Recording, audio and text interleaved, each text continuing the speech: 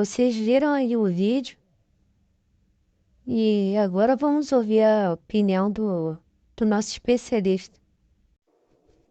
Boa noite à nossa audiência e já começar consignando toda a nossa solidariedade aos nossos irmãos judeus, às famílias das vítimas desse ataque bárbaro reputado por muitos com razão como o segundo atentado terrorista mais grave da nossa história, só rivalizando realmente com o 11 de setembro. Claro que a posição do governo brasileiro é equivocada. Não basta condenar o terrorismo, há que se condenar os terroristas, identificando-os. Aliás, a falsa equivalência tem prevalecido na política externa brasileira. Assim como no caso do conflito entre Rússia e Ucrânia, em que claramente há um agressor, aí um Estado agredido e o Brasil trata-os de forma equânime, também, dessa vez, fala-se aí entre dois lados que supostamente seriam equivalentes. Sendo que de um lado você tem um Estado democrático e do outro você tem uma organização terrorista. É claro que, né, e aqui eu tô lendo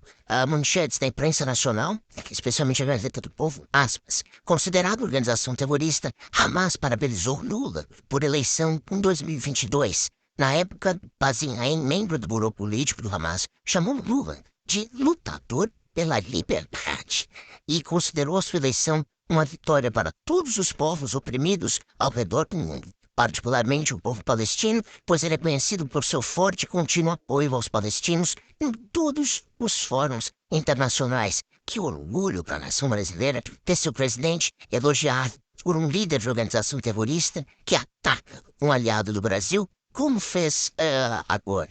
Mas não é só isso.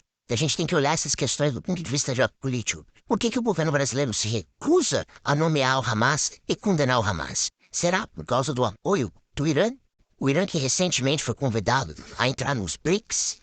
O Irã é o país contra o qual o governo brasileiro, à época, tanto quanto Lula como Dilma Rousseff, se recusou a escrever uma carta condenando o apedrejamento de mulheres? O que será que está por trás desse silêncio, né, da esquerda brasileira? Para quem tiver dúvida, leio aqui uma manchete do Globo de maio de 2011. A ativista iraniana Mina Haida se reúne com ministros em Brasília e não foi recebida pela presidência da República.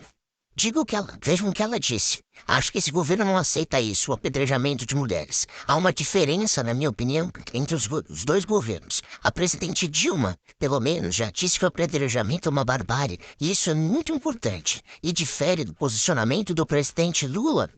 Declarou referente ao fato de Dilma ter condenado o apedrejamento durante uma entrevista para o jornal Washington Post, certo? Em julho de 2010, ao ser perguntado sobre a condenação ao apedrejamento, Lula disse que não interferiria no assunto de outro país. Aspas, por o atual presidente da República, é preciso ter cuidado, porque as pessoas têm leis, as pessoas têm regras. Se começarem a desobedecer às leis delas para atender ao pedido dos presidentes, vira uma avacalhação. Portanto, Lula tem um histórico de condescendência com governos violentos, né, que estão alinhados ao Irã e não nos espanta, para quem conhece um pouco da nossa da história recente, essa posição aí, no mínimo, questionável, né, de não fazer uma defesa pública da democracia israelense e não fazer um dosso ao combate ao grupo terrorista Hamas.